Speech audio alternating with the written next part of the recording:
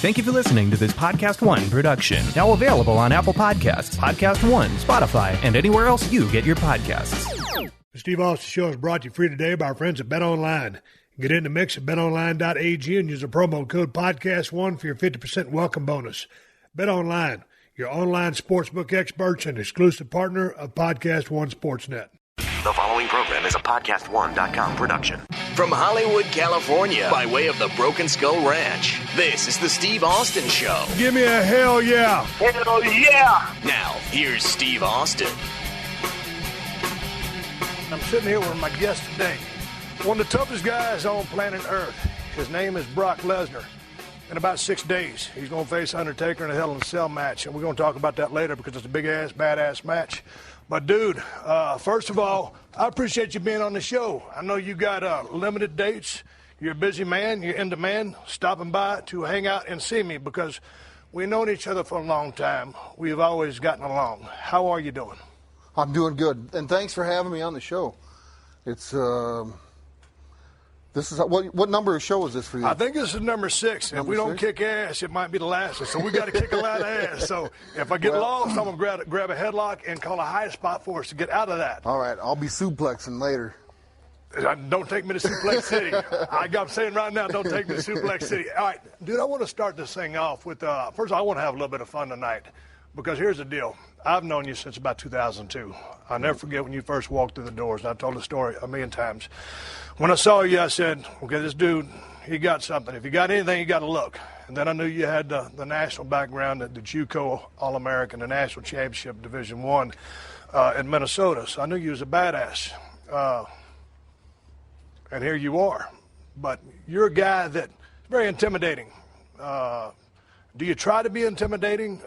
Do you get along with people?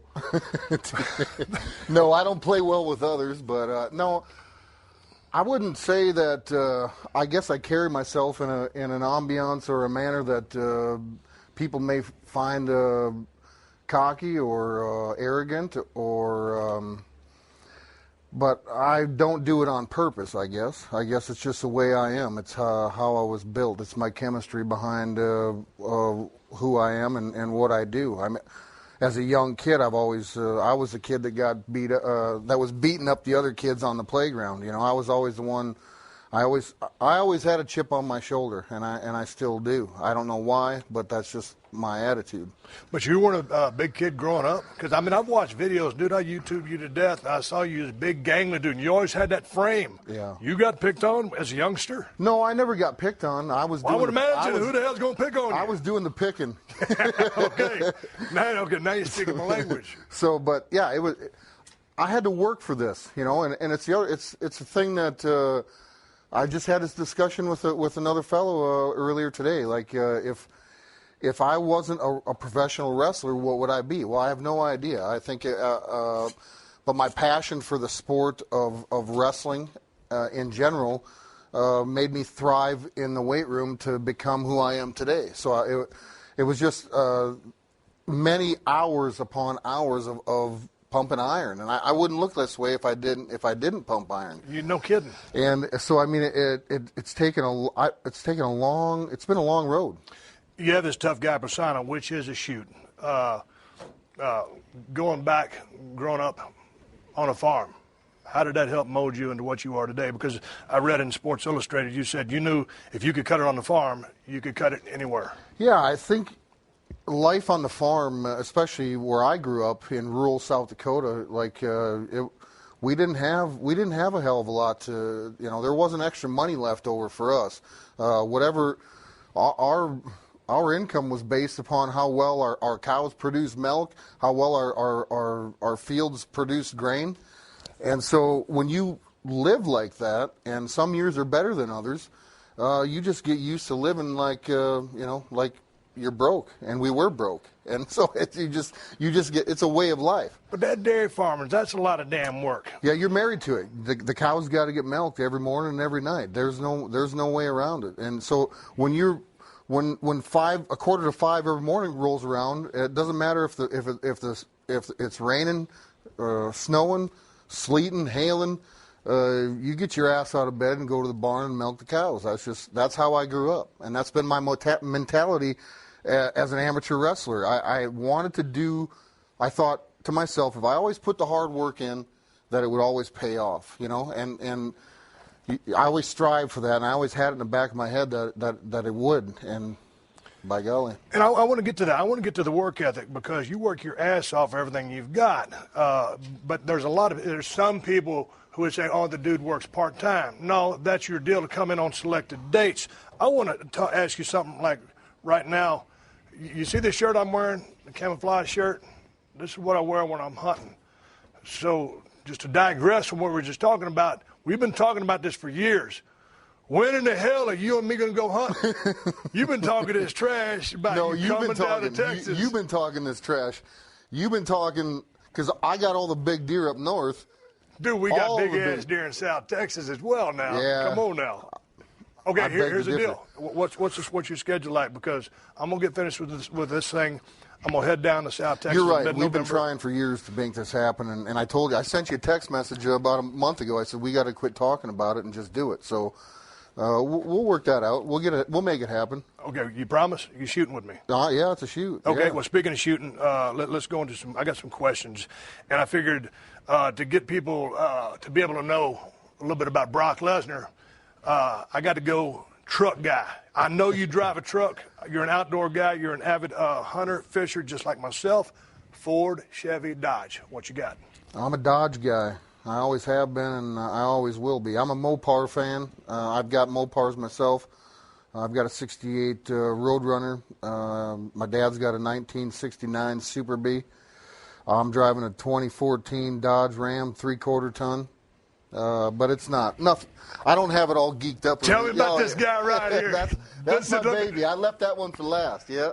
Brock sent me this on a text message, and he don't ever brag about what he's got. But I got a Dodge Ram Charge that I shared with him. And tell me about this son of a bitch right here, because this is badass. That is my $1 million project. I rescued that truck out of South Dakota. It made it all the way to Minnesota. I had a guy work on it and get it. I had this vision in mind of what I wanted it to look like when it was done. I converted that truck. It was a 360 gas. Yep. And I put a Cummins, 5.9-liter Cummins in it. And I won't bore you with the rest of it, but it's a 1978 Dodge Power Wagon, and it's got a brand new interior in it, and that's my baby girl. That's badass. That looks like Brock Lesnar. Here's a question for you. You're a big hunter like I am. You're hunting a lot of big game across North America. What is your go-to caliber for hunting North America? Well, right now, I got introduced to a gun, a 300 Remington Ultra Mag. Yep. And I just love the gun. It was made by, it was gifted to me by Christensen Arms, and I love the gun. I use it. It's my go-to gun whenever I'm heading out to, big game hunting. That's all I use right now. I think it shoots hot, it shoots flat, and it hits hard. Yeah, I'm shooting a 185 grain bullet. It's a big gun. Okay, what's your go-to optic? You're going to go buy a scope off the rack. What's your brand? I won't buy anything but Leica. Yeah. Really? Yeah. On scopes or glass? Everything. Everything. Yeah, I got Leica binoculars, but scopes too. Everything. You're happy with that? Yep. I dig it. Leica, I mean, Leica makes glass. They make glass for, filming what we're doing now, and even orthoscopic surgeons prefer Leica glass. I have friends that are surgeons, and they prefer that. So, I mean, it's bar none to me, top of the line. All right. I always tell people if I was going to have my last meal, I'm a big fan of Mexican food. I'm a big fan of food in general. What is your favorite food? Steak. And I grill my own steak, and I love to grill. I spend a lot of time on my deck, on my patios.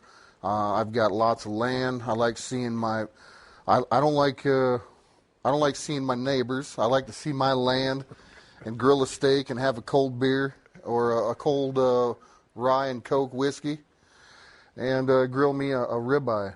Medium well. Okay, now, man, I'm a little bit short attention span. I'm always in a hurry. I'm a gas grill guy. Are you gas? No, you doing the whole? No, charcoal. Charcoal. Yep. It's got to be charcoal. The big green egg. Dude, I was just talking to Eric Bischoff the other day, and he was selling me on a big green egg. Should I get one? I got 4 of them. But they're high dollar, right? I love them, man. They put them over big. Yeah, So they work good? Awesome. You can do anything. I've cooked everything from turkey to you name it. I've smoked stuff in it. I've done it all with it. You mentioned your go-to drink. Whiskey? Rye whiskey, yeah. What brand? What is that? Well, I've been going to Canada for a lot of years now, and now I'm finally I'm settled up there, kind of pretty much full time. So I got introduced to rye whiskey up in Canada, and so that's my drink of choice right now, which has been for about 10 years. That and Coors Light, if you hadn't heard.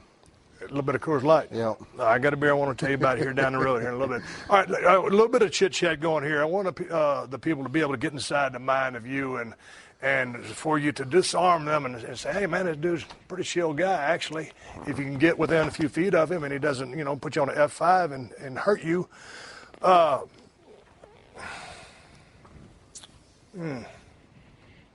Music. My music of choice? Music of choice. I'm a hardcore country guy. I mean, I go all the way back to probably my all-time favorite is David Allan Coe and Willie and Waylon and all the boys. Cash. But and then on the other side of things, I'm hardcore. Metallica, AC/DC, Motley Crue. I grew up with all that. See, I was the youngest of 3 boys, and then I have a younger sister, and so my brothers were all long hair. My 2 older brothers were long hair, rocker kind of. They grew up in the '80s, and they were older than I was. And I thought that was cool. They had the leather jacket and the jean jacket underneath and all that, and the chains and whatever. So when everything was cool like that back then. So I thought I grew up listening to that kind of stuff, and then started working out with it.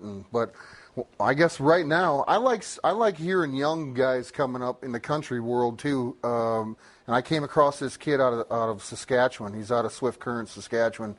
A kid by the name of Coulter Wall.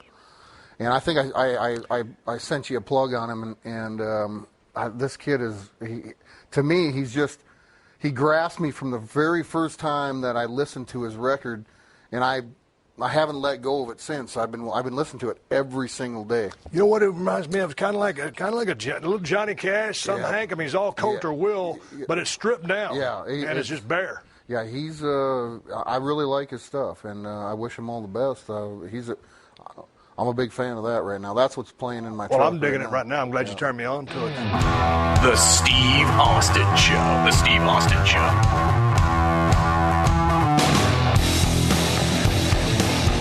Hey, there's no shortage of action going on at our exclusive partners, BetOnline. Sports are slowly making their way back with UFC, boxing, NASCAR, and soccer leading the way, and BetOnline has all the best odds and lines for the upcoming games and matches. BetOnline has futures odds on everything you can imagine, season win totals, division odds, and even odds on every league championship. You need more? BetOnline has simulated NFL Madden games, NBA 2K, and UFC happening every day live for you to watch and wager on. Looking for something else other than sports? BetOnline also has hundreds of live casino games, poker tournaments, and all the best props in the business. Visit betonline.ag or use your mobile device and join now to receive your new welcome bonus and start playing today. BetOnline, your online wagering experts. I want to ask you some wrestling questions now, the real questions, because, you wrestle for a living. I used to wrestle for a living. You get to entertain. Hey, let me ask you real quick before I ask you this question. You a pro wrestler or are you a sports entertainer? That's a good question. Is there a difference? I just think it's the guard. Man, I don't know. I mean, I would have to say that I'm in the entertainment industry. We sell tickets and we put asses in the seats. At the end of the day, everybody goes to college. Everybody comes out of high school wanting to make a living, and that's the American way, the American dream of doing what you love and getting paid for it, and then it's not work. That's how I feel about what I do. I just took a whole different path, and I thank God every day, and I'm very fortunate that I've been able to do the things I've done and make a pretty damn good living at it. I got to ask you a question, though, because growing up, you weren't necessarily a fan of the business. I never watched any wrestling at all, Steve. I never watched a lick of wrestling. What were you watching? Well, probably on the farm, you was working your ass off. Yeah. I watched Little House on the Prairie. No, the toughest badass person I ever had on a podcast. Did you say Little House on? Oh, no, you did. Well, that's all right. I'll bleep it out. We're on a 7-second delay. No, but here's the thing. I watched Little House on the Prairie, too. Hey, man, you got to give it up for Michael Landon. You got to give it up. All right. But you weren't a fan of the business. You never watched pro wrestling? I wasn't exposed to it. We didn't have. I had 2 channels in the house, and they only worked part-time. Right. So, but anyway, you come out of, when you were in sports, did you play football? Yeah, I played football in high school. Okay, what position? I was all over the place on that field. They had me playing defense, offense. I went from nose guard to running back to everything but quarterback. Okay, but did you excel at football as well? But because I know you were badass in wrestling. I was good at it. Yeah, okay. I was good. I had more scholarship opportunities as a football player. I had 0 opportunities as a wrestler coming out of high school. Dude, I don't understand that because you were damn 31-2 or whatever is an insane number. Yeah. But okay, so here's the thing: you were more into the single aspect and not the team aspect of playing. No, I was a good team player, I guess, but maybe I thought I was, but maybe I asked my teammates. Maybe I was ball hogging all the time. I don't know, but I was going after the ball, but no, I guess at the end of the day, you know, when I made the leap of faith when I left the company here and went to try my hand in the NFL, I was only there for 2 days, and I realized that I was a fish out of water. So I mean, I knew early that these guys have been doing it. This is not my path of what I should be doing. But I lasted 8 weeks. I toughed it out. I didn't want to be a quitter, and so I made it through. I was the last guy cut from the Minnesota Vikings. That's just how I do things. You know, my mom always told me when you start something, you got to finish it. Well, shoot, 8 weeks of training camp for the Minnesota Vikings. That's a long time. I want to jump back to your JUCO wrestling days and your scholarship offers because you went to 2 different junior colleges. Yeah. But let's stick to Minnesota real quick because you played high school football, you didn't play in college, and man, there's a 4-year gap there where you're specializing in wrestling. Yeah. So all of a sudden, you say, hey man, I'm going to go try football.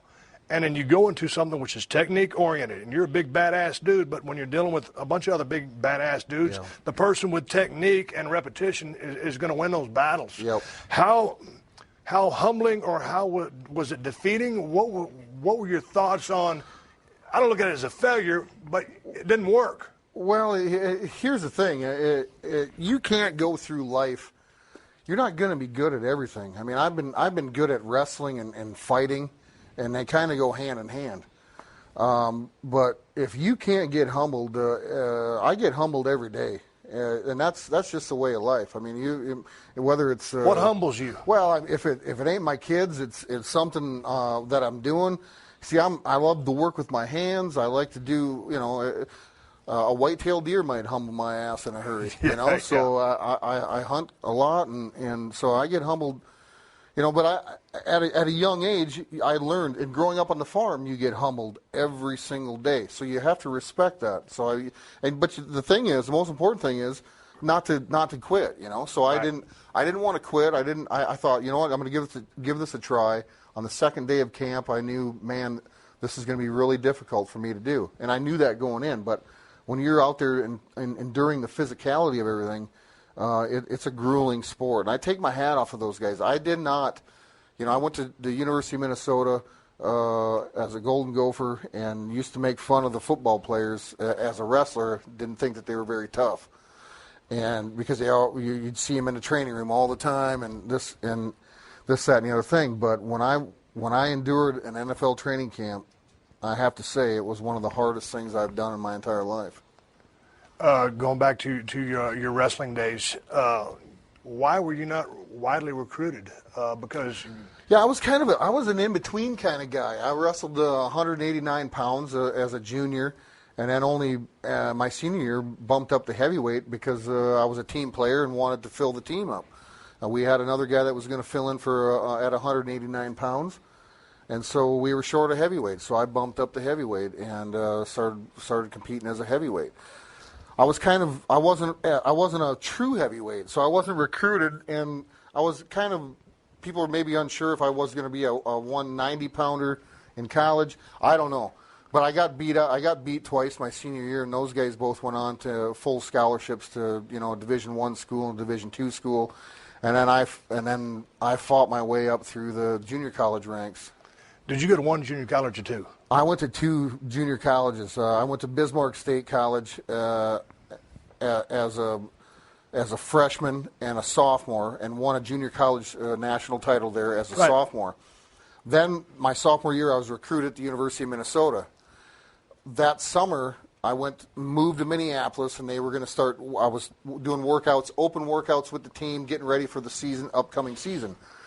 Then they started to get me enrolled in school. Well, I had taken classes, only 2-year term classes at Bismarck State that only didn't qualify me to go to the school of the University of Minnesota.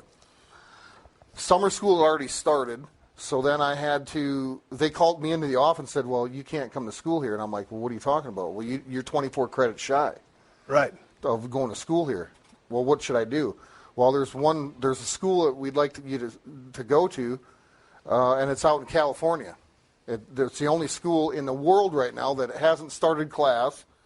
And so I got in my car and drove out to Lassen Community College. How did you like that, coming from that neck of the woods to the West Coast? I lived in the basement of the wrestling coach's house, and this guy, literally all he ate was noodles and red wine. I had $400 to my name. My aunt lived in Bakersfield, California, I think, at the time, and I used her address as so I could get in-state tuition. Right. And I was paying $12 a credit, so I went to California with $400 to my name. My car broke down twice getting there. I left on a Thursday night, made it out there by 5 a.m. Monday morning. Class started at 8:30. I call the wrestling coach up and say, hey, I made it here. All right, meet me at the school. I'll go get you enrolled. I enrolled, and bam, I was in class at 8:30 that morning. Did you end up getting a degree from University of Minnesota? I did not. I never graduated. So you didn't graduate? No. But anyway, you go to Minnesota. You have a hellacious career. Yeah. You finished number 2 in the nation your junior year, and then on your senior year, you win a national championship. Yeah. And from there, it's like, what were you thinking? Okay, here I am. I'm out of college. I'm a badass wrestler. What should I do? How did you fall into pro wrestling? Because you weren't a fan. I fell into a rut, actually. When I won the NCAA title, I quit school, and I spent almost 2 months in the basement that I was living in the house that we were renting, and I fell into probably some depression, where I fell into a rut where I didn't know what I wanted to do with myself. The WWE had pursued some interest in me, and I had a few opportunities to try out for a few NFL teams. I got to meet Tony Dungy because he's a University of Minnesota guy. He was coaching down at Tampa Bay. And so I had an invite down there. I was just I had nothing to my name. I had no money. I had nothing. And the only thing I did every day, I'd get up, I'd work out because that made me feel good. Right. And I just hibernated for 2 months and didn't know what I was going to do with myself. And then finally my buddy, my roommate, Chad Kraft, who wrestled 157 for the Gophers, kicked me out of the basement and said, let's go. We're going to get out and go do something. So I got out of the house, and he was in the same boat. That kid fought. He was a 4-time All-American, and he didn't know what the heck he wanted to do either. Yeah, he's 157. 157 kind of limiting pounder, his chances in our world. He started pursuing a career in avionics, and then now he's a pilot. He's flying for Delta. And so he told me to get out and let's go see what's going on. And then I started kind of visiting with the coaches again and said, started to put a game plan together, construct something. What do you want to do? Do you want to train for the Olympics? Do you want to be a pro wrestler? Do you want to try for the NFL? What do you want to do? Or you can be a coach here and stay. But you could also stay a dairy farmer. You ready to get off that farm and go out and strike your own fortune. This is how bad I wanted to get off the farm. When I was 17 years old, a junior in high school, the Army National Guard recruiter came to school, and I was 17, a junior, and he came during a study hall period, and I'm sitting next to my buddy, and this guy's telling us, you can come and train next summer, and you can, they'll pay for school and this, that, and the other thing. And I looked at him, and I'm like, man, I'm out of here. I'm going. Are you going to go with me? And he's like, I'll do it if you do it. And I didn't think he probably looked at me like, yeah, but I signed. I called my mom. She had to co-sign for me. I said, Mom, this is what I want to do. And off I went to boot camp. Well, see, that's what I was wondering, because when I read, okay, join the National Guard. Yeah. That was the impetus behind that. So how did you finally end up down in OVW? Did someone from WWE said, hey, man, we got something for you if you want a job? Yeah, well, I had met see, the university wanted to protect me, so the coaches. What do you mean protect you? Well, they from amateur wrestling to pro, yeah, like that? Yeah, okay. so you're making this leap, these guys that are coming out of school. Let's say you're on the football team and you're going to enter the draft. Well, we need to surround you with a team of people that is going to protect you. Right. So because you need to be protected in this business. Oh, we're going to get to that in a minute. Okay, so anyway, you end up down there at OVW, and you got Randy Orton, you got Batista, you got John Cena down there. All of a sudden, you come into that mix. You come into that structure. You come into that learning tree. Look at all these guys. Look at that. Look at those young bucks. Boy, look at the talent right there. God dang, we got a Hall of Fame going here. What were your thoughts when you first got exposed to the business? These guys? Yeah, these guys. What were your thoughts, dude? You didn't grow up a fan? You know how to wrestle? When I got down to Louisville, Kentucky, I drove. I packed everything up. It was 13 hours from Minneapolis, Minnesota, down to Louisville. And I had somebody down there that I knew, Shelton Benjamin. Yep. Who's not up there. Your roommate in college? Roommate in college. And so I moved in with him, but then we went to the training center, and I was kind of blown away by the training facility because it was just barbaric. It was barbaric, and blown away in a good way because it reminded me of. It kind of took me back to where I came from. Like growing up in South Dakota was kind of barbaric. The weight room that I grew up in, barbaric.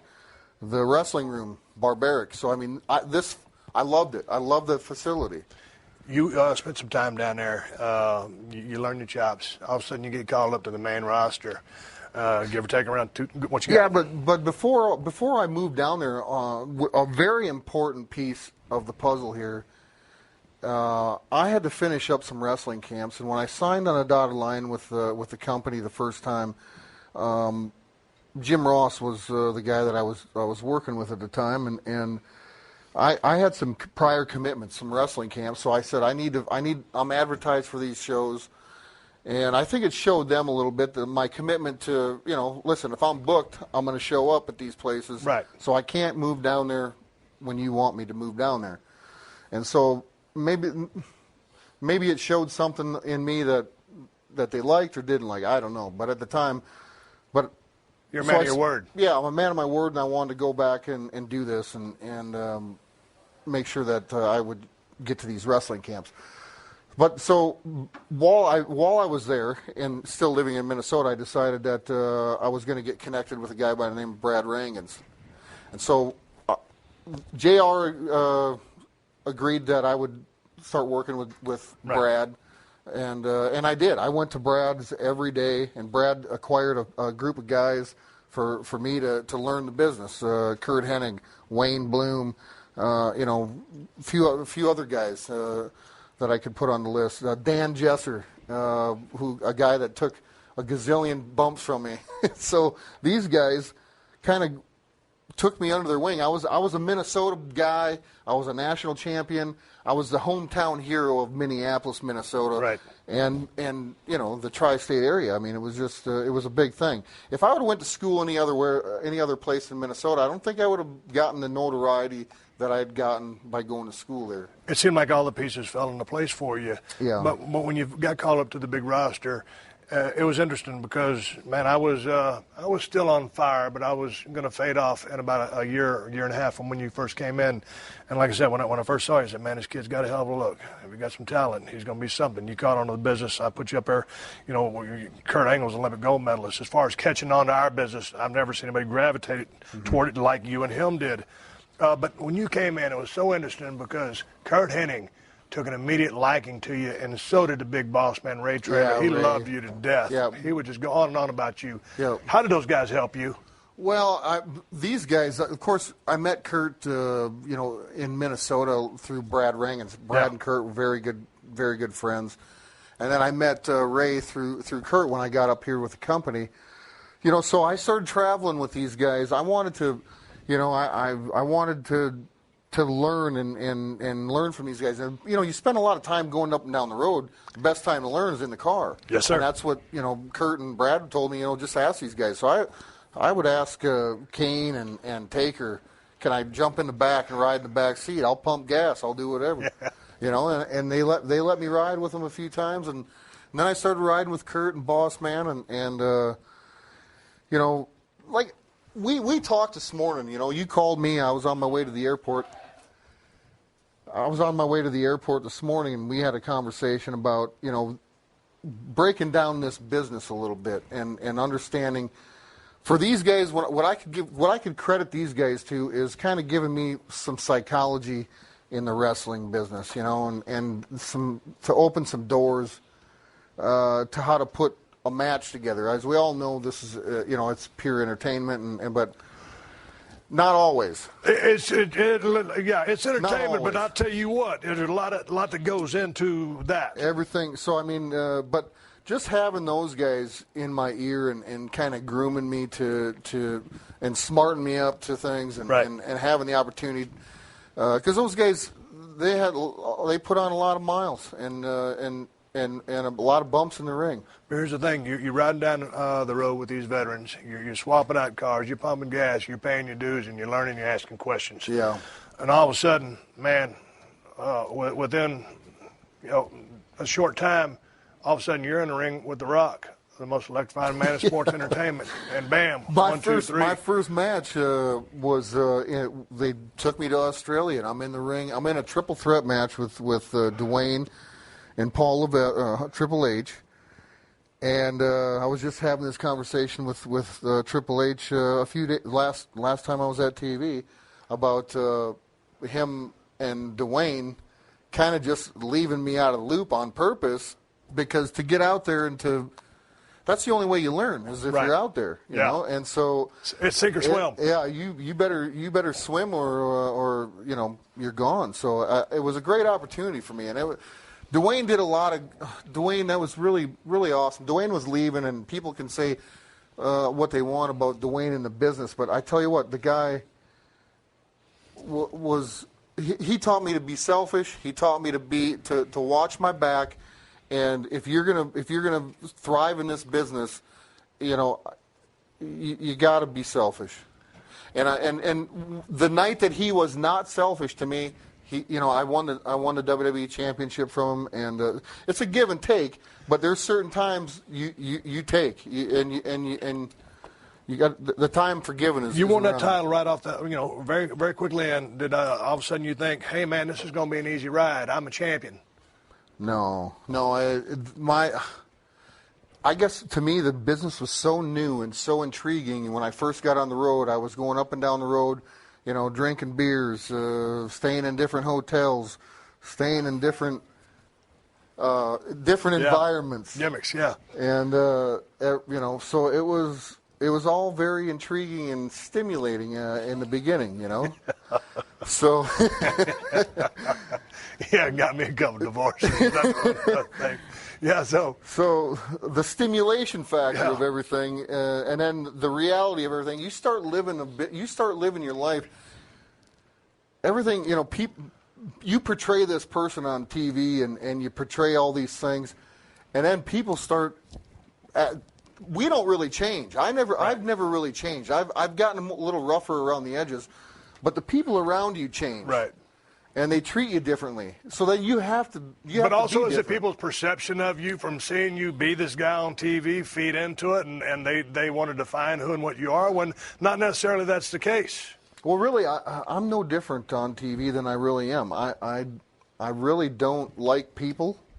I'm sorry, I don't. That's just who I am. Talk to me about that. What do you mean you don't like people? I just don't like being around a bunch of people, and it's kind of ironic because I can go out in an arena full of 20,000 people and be all right with it, only because I feel like I feel like I'm in this dome and I'm protected, you know. But you get me out in public or anywhere around a bunch of people, and I don't do well. Are you antisocial, or is it I don't want to say a phobia? Is it just? It's not a phobia. No, I just don't. I get uncomfortable. You don't mix well with others for a shoot. No, I don't play well. And it's not like you're trying to be. That's just who you are. That's just who I am. That's why I live out in the middle of nowhere. That's why I got a 8-foot fence around my property. That's why I shut the gate when I come and go. That's just who I am. The Steve Austin Show. The Steve Austin Show.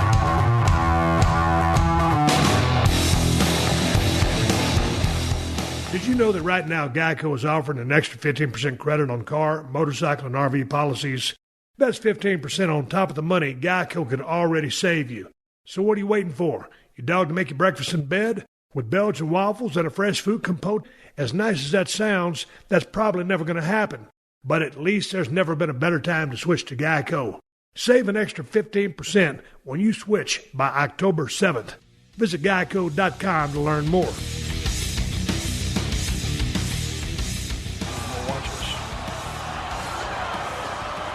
Oh, dude, that hurts me to watch that because I've been in a similar position. Oh. I'm lucky. You know, no, so I fixed to say that. You're a big bad dude, but you're lucky as hell, and I think I was too. Here's the thing. I'll tell you. Let me cut you off. Go ahead. That was a moment in my career where I realized, and where I failed to take advice from other veterans. I was not being selfish there. I was talked in to do that. Right. I wasn't comfortable with doing it. Right. And I'm not going to say who talked me into it. But because you were so athletic that you tried out. I had done it before, and I was young and stupid at the time.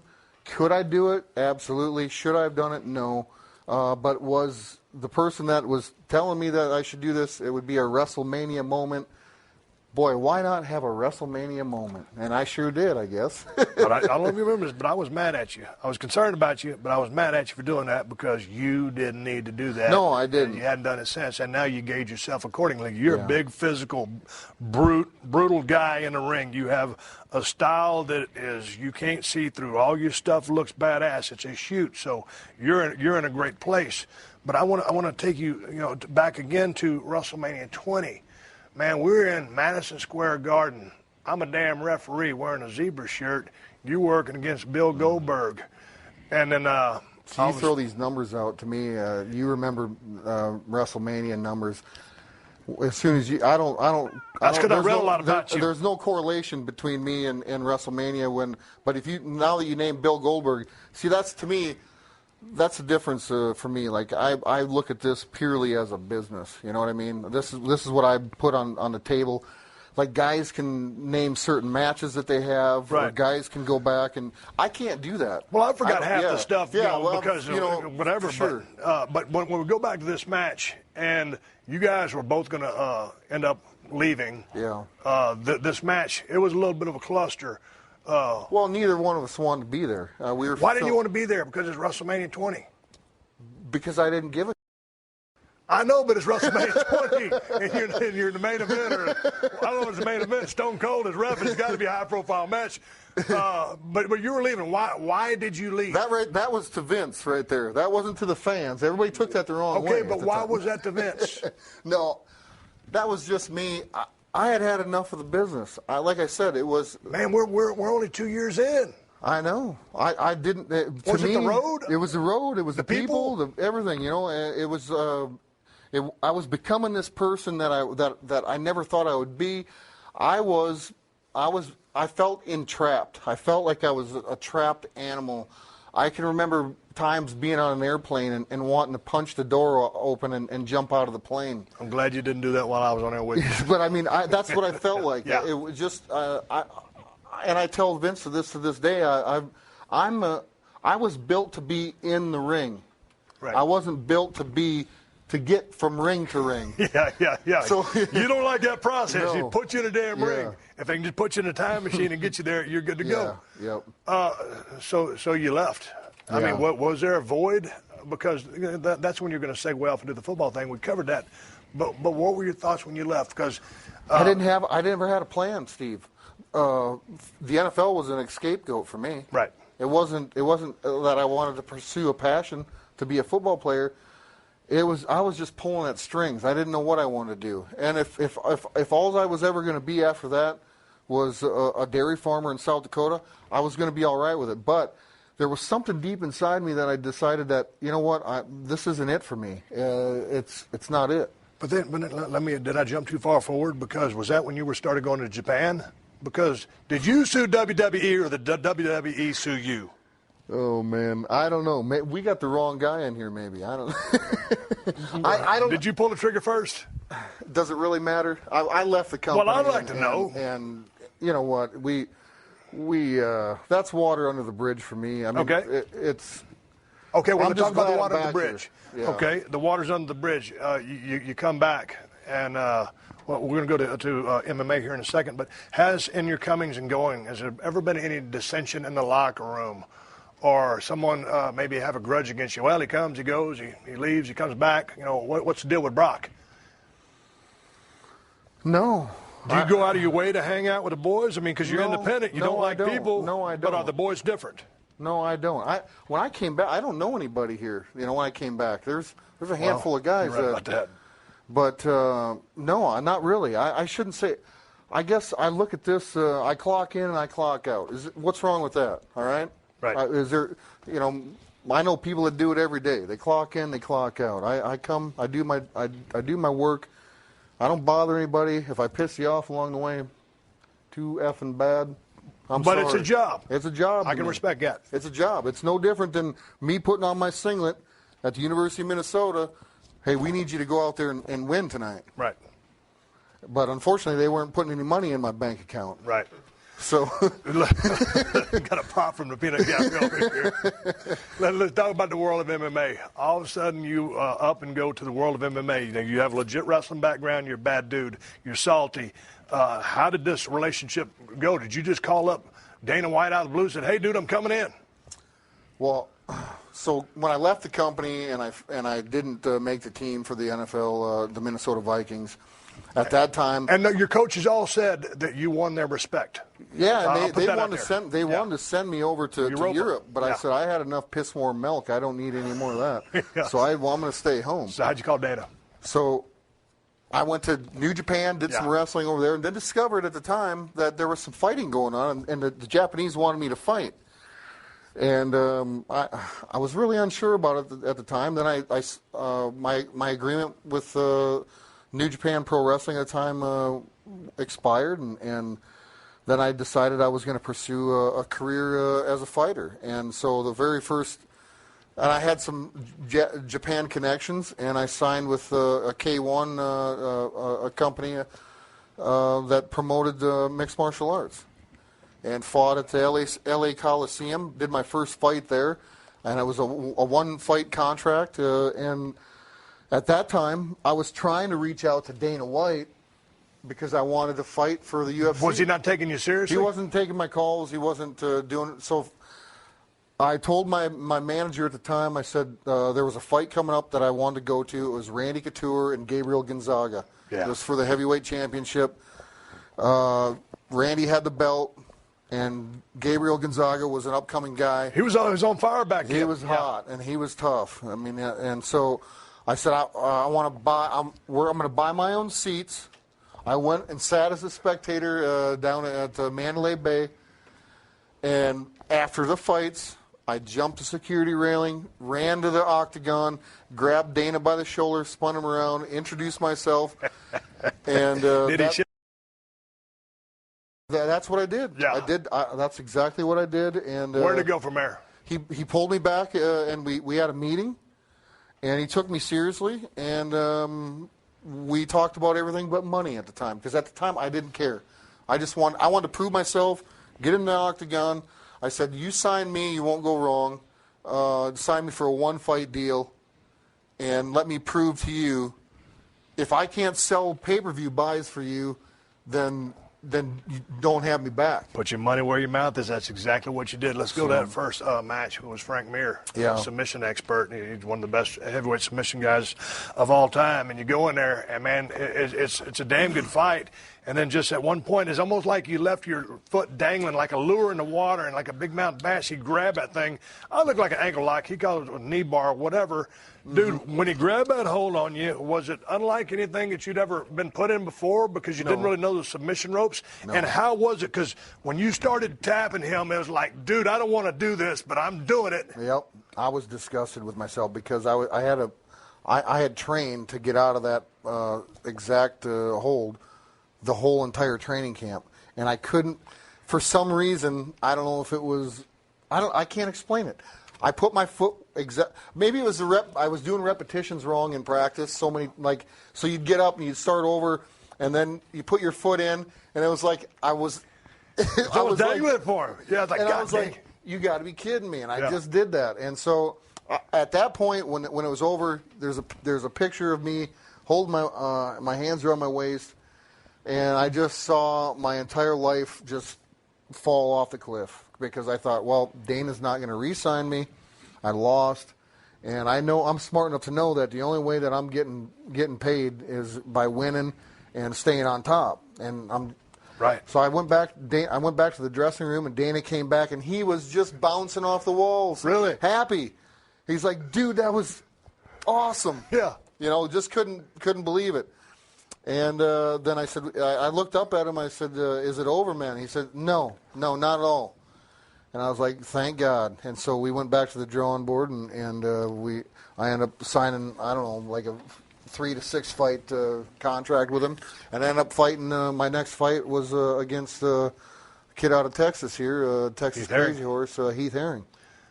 Dude, you let him, when you charged across that octagon and just tackled that dude, because you was putting a pretty good, you hit him with, it was a big right hand or left hand, either or, but then all of a sudden he kind of rolled, and then all of a sudden you just speared him like it was my football player, and I'm sure that guy, I mean, he's like, what the F is this guy made of? Yeah. What was your mentality there? Because the dude ain't never been the same. I went in. No, he's never fought again. I don't even know what. I'd like to talk to I the don't guy. mean it as any disrespect to him. No, I don't. Yeah. I hope he's doing well and everything. He never fought again. I never heard. Dude, I jumped off my couch when I saw that. It was the craziest thing I'd ever seen. I tell you, I got to hand it to him. The guy took 15 minutes of an and he's whooping. tough. Yeah. Yeah, he had a reputation to be able to take a punch.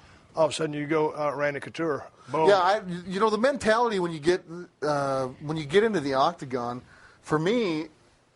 And the funny thing about this fight here too is we shared a locker room. Me and Heath Herring. His locker room was across the hall, and as a competitor, your whole life, you don't want to fight off of aggression. You don't want to wrestle off of aggression. You don't want to wrestle. It's a competition. That's interesting. You want to go out and cool, calm, and collective, calm before the storm, and so everything was fine until his entrance music hit.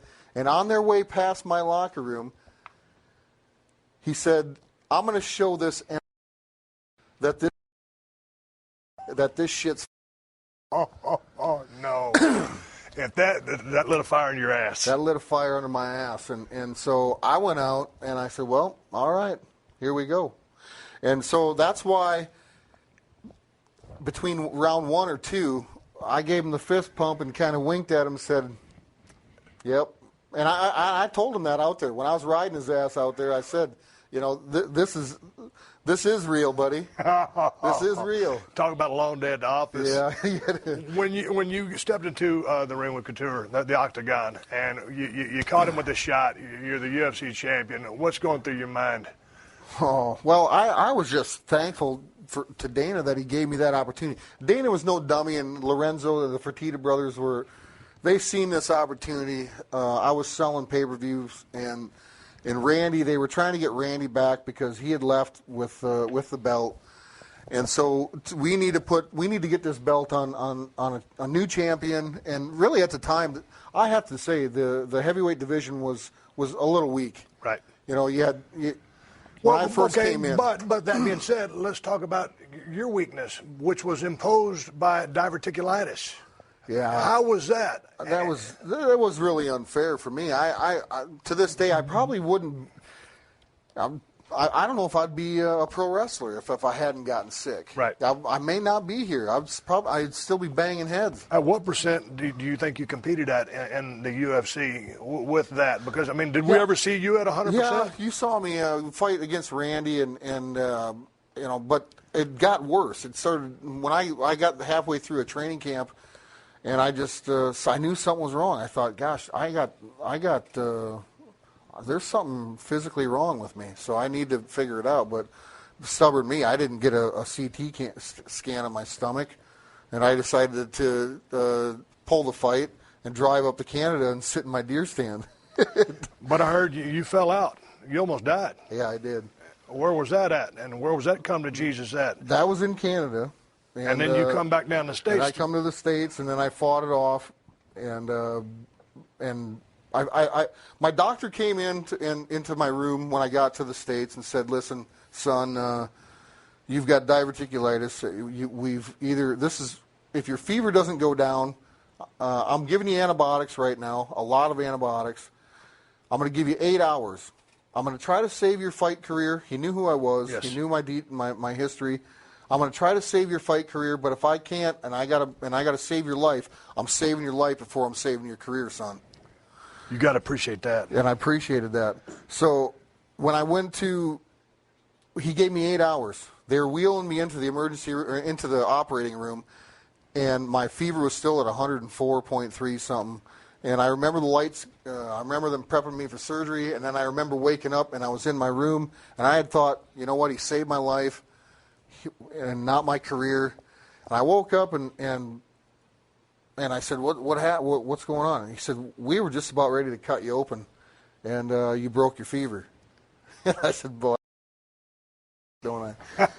But you end up having to go under the knife. I end up having, so I looked down, and I wasn't, busted open or anything, so I thanked him, and I wasn't sure if maybe that wasn't the right decision. He was trying to do the best for me, but if I would have had to have the surgery at that time, it would have been, done. So then it turns out you end up coming back after 7-8 years gone from WWE. When you decided, finally to hang up the gloves and come back, what were you thinking? I mean, because all the bad blood, you said water under the bridge earlier, but I mean, all that bad blood, how do you mend that fence that was so broken with Vince? Because I've broken a few of those. Yeah, didn't you walk out one time? Okay, you want to talk about that? We'll talk about that. Okay, let's talk about when I walked out, because I want to know what you thought about that. Because check it out. Here's what happened. They called me up. I'll tell you right off the bat. I didn't care. I didn't feel like it was on me. Not at all. Not at all. Did it hurt your feelings? Steve. No, not at all. We've always been cool, but I never got your take on it. No, I was trying to jump business. out. Here's the deal, man. I mean, you got this big badass son. It's coming in. I smell money as soon as you walked in the door, and all of a sudden, guys like me, I ain't gonna blow smoke. All I know is you didn't want to do the job for me. It's kind of, they're kind of hard to come by. And so why don't we main event, down the road when you're ready? You ain't got to explain it to me. It didn't make sense. Unadvertised it didn't offend match. me. It didn't make a lick of sense to me. I handle that in the worst possible way, and I've always admitted that. Well, and maybe you handle it in the wrong way, but maybe somebody on the other side could have handled it better too. Again. It's a two-way street here, and that's when I came back to this company a couple of years ago. It's a two-way street. For me, I had to be able to do what I wanted to do.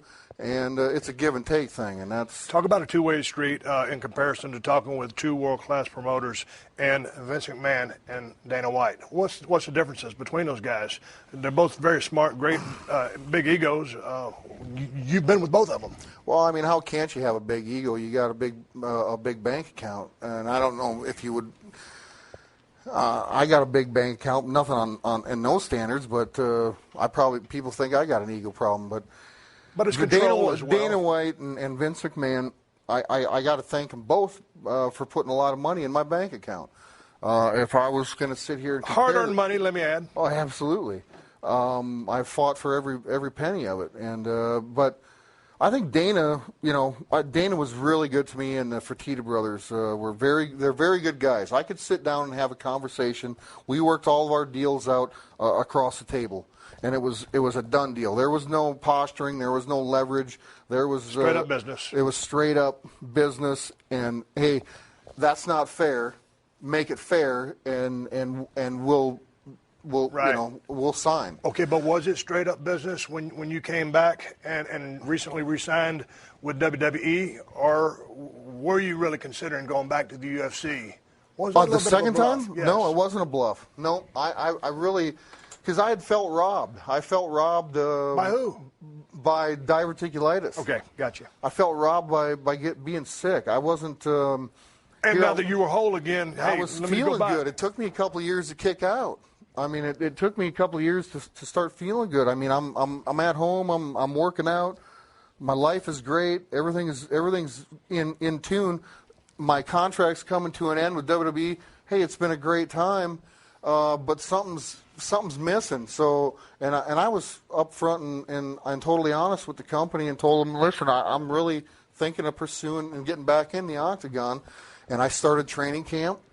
I started. I wanted to test myself and see where I was, not more physical, but mentally. I want to see the mental challenges that it was going to take, because if your head ain't on and your head's not in the game, the last place you want to get into is in the octagon. Okay, speaking of just on a different thing, but we're talking about drawing money. Your promos in the UFC, I loved them because that was Brock being Brock. And so your promos here, you don't speak as much. You start laughing about the promos. I got to feed the Jew. He's got to eat. So, do you not like talking here? Were you more able to go out on a limb in the UFC? Paul Heyman is par excellence as far as a manager goes. He's a good friend of mine. What's your views on promos? Well, I don't. I guess I'm not good at them. Hell, I don't know. Me and Paul were just a fit, and when they decided to bring me back, I probably wouldn't be who I am today without Paul Heyman speaking for me. Yeah.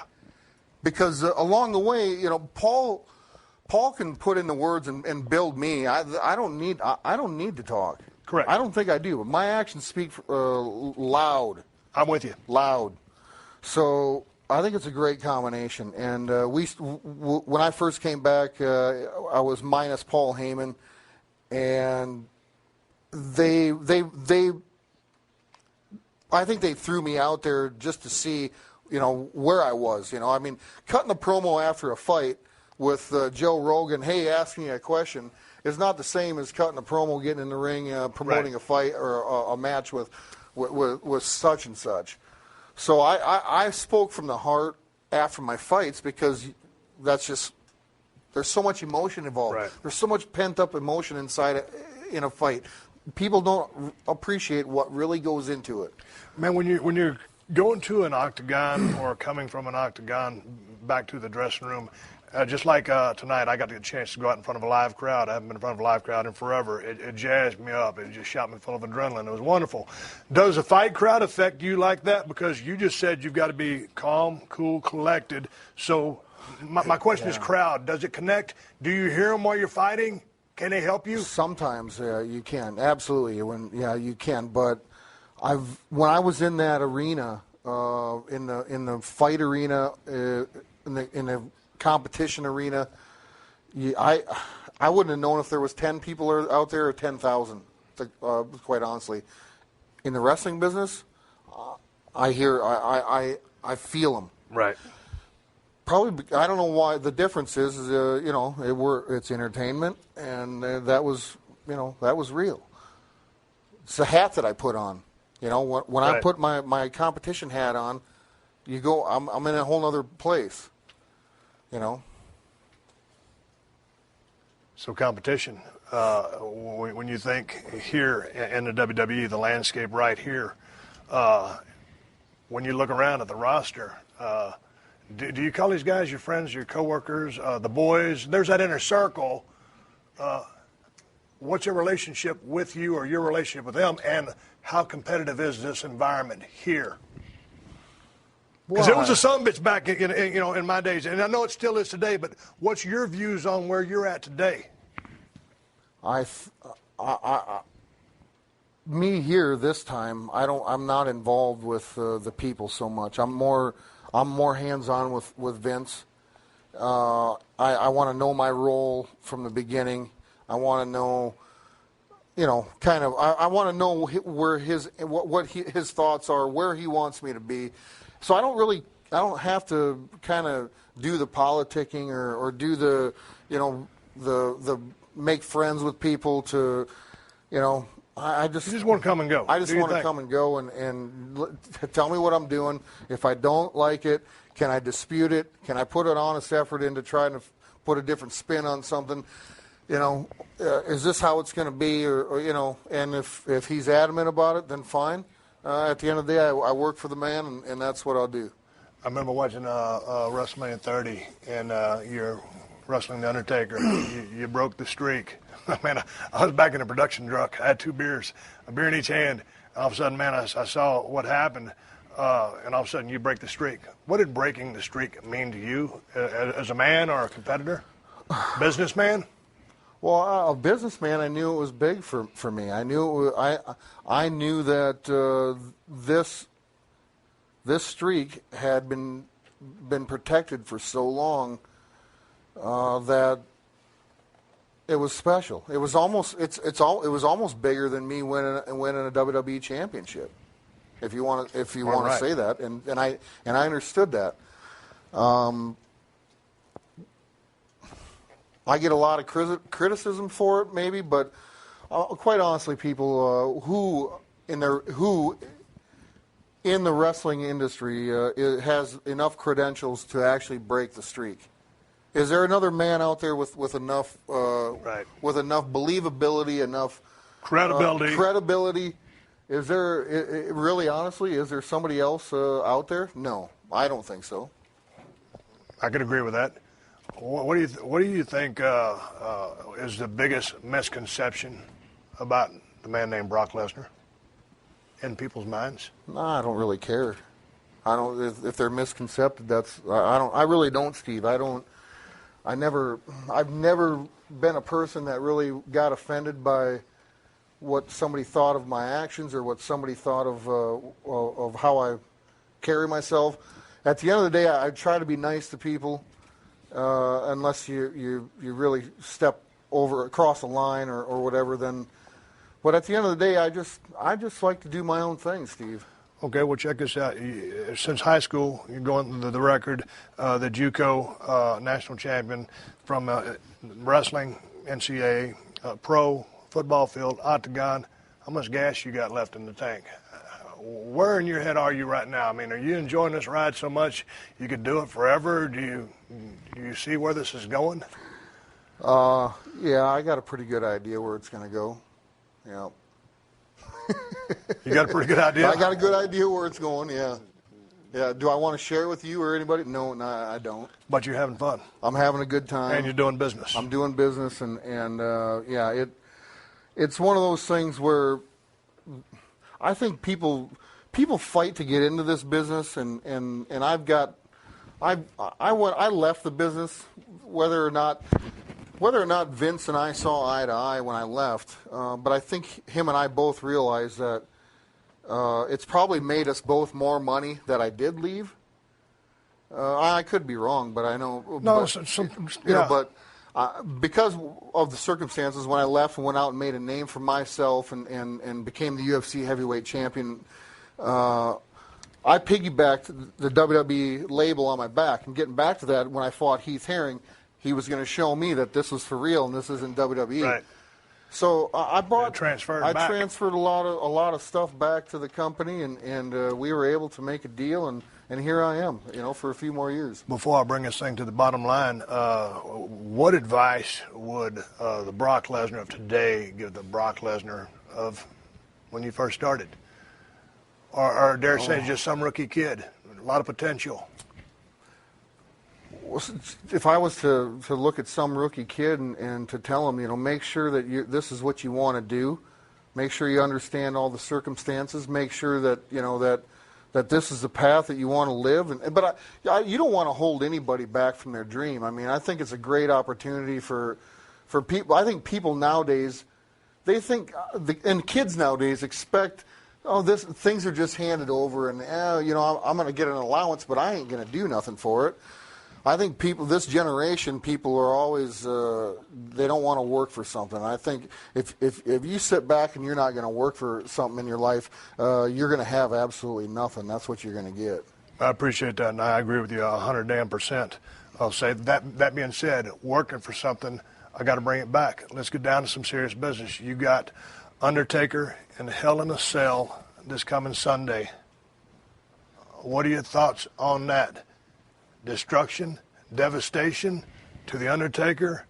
This is one of the scariest matches that you can be in. It's going to take a physical toll. Yeah. You've done it before. Your thoughts on this? It's going to be the last time on the WWE Network. Well, I'm prepared for it's no different when you step inside that cage. That cage isn't very forgiving, and I'll guarantee you this. There's going to be a lot of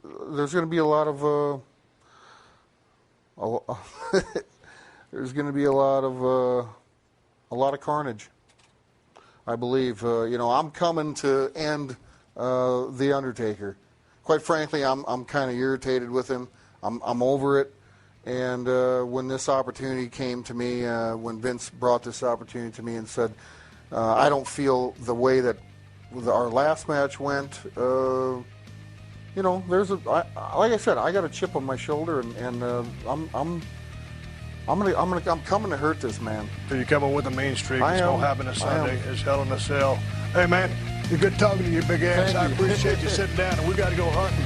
This has been a Podcast One production. Download new episodes of The Steve Austin Show every Tuesday at PodcastOne.com. That's PodcastOne.com. Sports is starting to come back, and Podcast One Sportsnet has got all the action covered. With tons of different sports podcasts, there's something for everyone.